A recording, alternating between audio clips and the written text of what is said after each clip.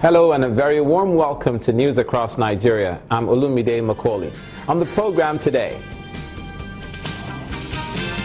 Senate progresses with passage of the amended Code of Conduct Bureau and Tribunal Act, alters tenure of office of the chairman and members of the Bureau as Senate President loses bid to stop trial at the CCT.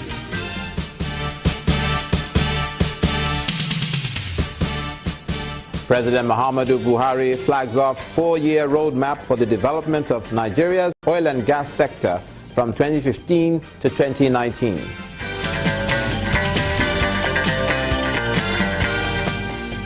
And oil workers give 21-day ultimatum to federal government to stop job loss in the nation's oil and gas sector.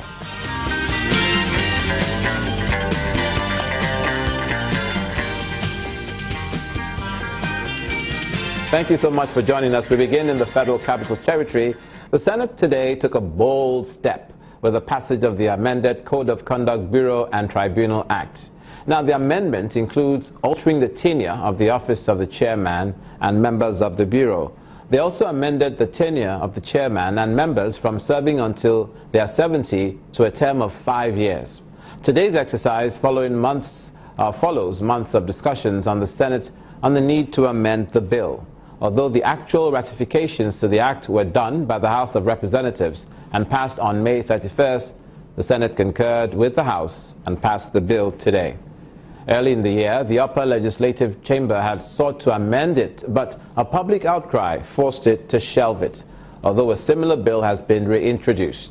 This passage is coming months after the trial of Senate President Dr. Bukola Saraki for false assets declaration commenced at the Code of Conduct Tribunal. Meanwhile, the Court of Appeal in Abuja has again affirmed the jurisdiction of the Code of Conduct Tribunal to try the Senate, Dr. Bukola Saraki.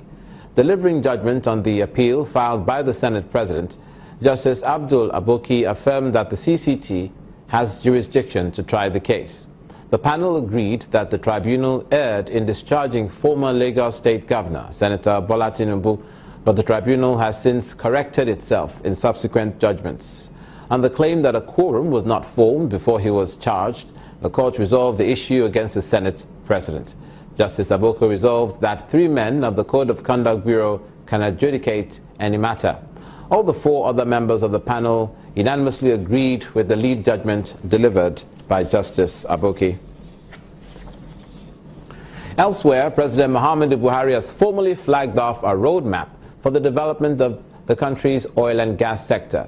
Tagged 7 big wins, the roadmap is the short and medium-term priority to grow Nigeria's oil and gas industry from 2015 to 2019.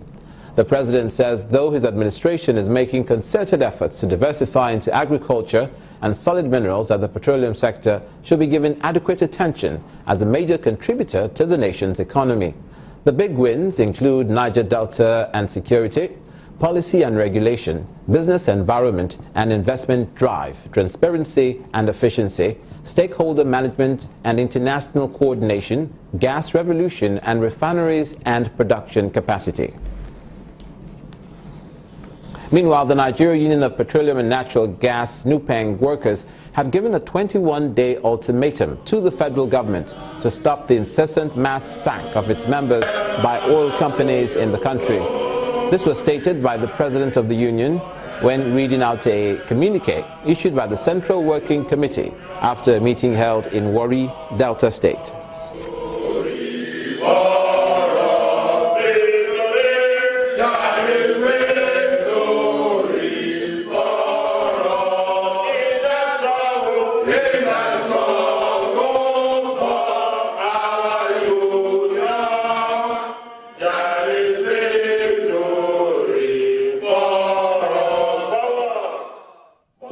Examine the current state of redundancy in the oil and gas industry, which has led to the massive job losses and stood off.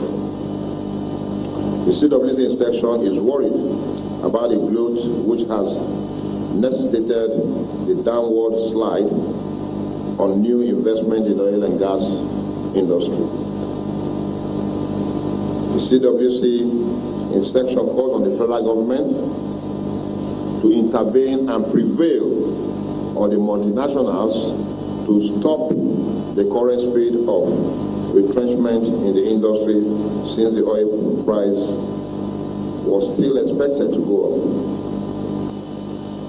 The CWC section sees contract staffing and outsourcing as a modern-day slavery, which must be resisted.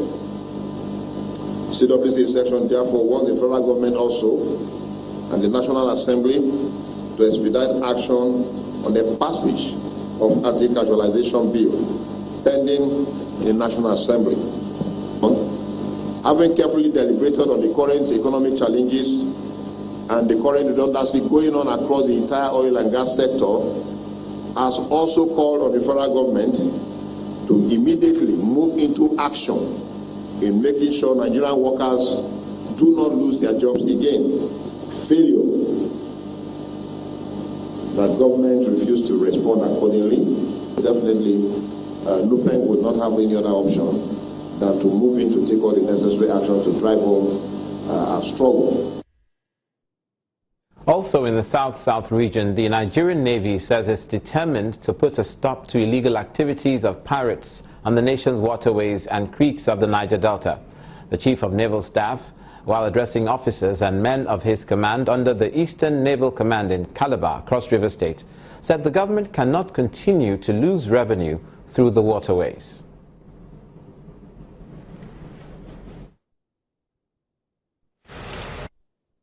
We have over 6,000 creeks, rivers in the Niger Delta, generally in the south, then Nigeria, over 6,000. But we've been able to identify about 37 of them that could be navigable, that criminal elements use for their transit. It is those 37 that we have made plans to man by emplacing houseboats to serve, as a check to the activities of these criminals. In Calabar, generally, we are happy with the security situation on land, and we want to believe that if you are able to arrest the insecurity on land, then you won't have those criminal elements venturing into the sea. Vice Admiral Ibok Ete Ibas, Chief of Naval Staff. Now to Akwa Ibom State, where Governor Udom Emmanuel is appealing to the federal government to review the current revenue allocation formula to encourage states to explore and develop the abundant mineral deposits in their domains as a way of getting out of the current economic crisis. Governor Emmanuel made the call when members of the Revenue Mobilization, Allocation and Fiscal Commission visited him at the Government House in Uyo, the state capital. Sand that from our river can actually fetch the country a whole lot of money, but it depends on what people do out of it. The clay that we have here can give you one of the best in terms of sanitary waste and the rest of the things produced. We are one of the best. I've actually done a test. I've done some tests in Italy, I've done some tests in Spain. I have samples of about 7 different clays from here. And if you go to ancient history of pottery, we had the finest pottery from this part of the world. And today, all you need to do is to do a clay refinery down here, and we can have a whole lot to export, and Nigeria can earn so much more. But what I would call on the federal government is to try and look at how not just look at raw extraction of what we have as natural resources. If you don't put something on ground, you can't gain another thing. You must put something to gain something. It's a very basic principle. In the same way too, there's no how you'll harvest a vineyard of whatsoever, wine, corn, if you don't actually drop the seed in the ground. Mr. Udom Emmanuel, Governor Akwa Ibom State. You're watching News Across Nigeria. Coming up, ahead of the governorship elections next month in Ondo State, the political parties sign a peace pact to promote peace during the polls.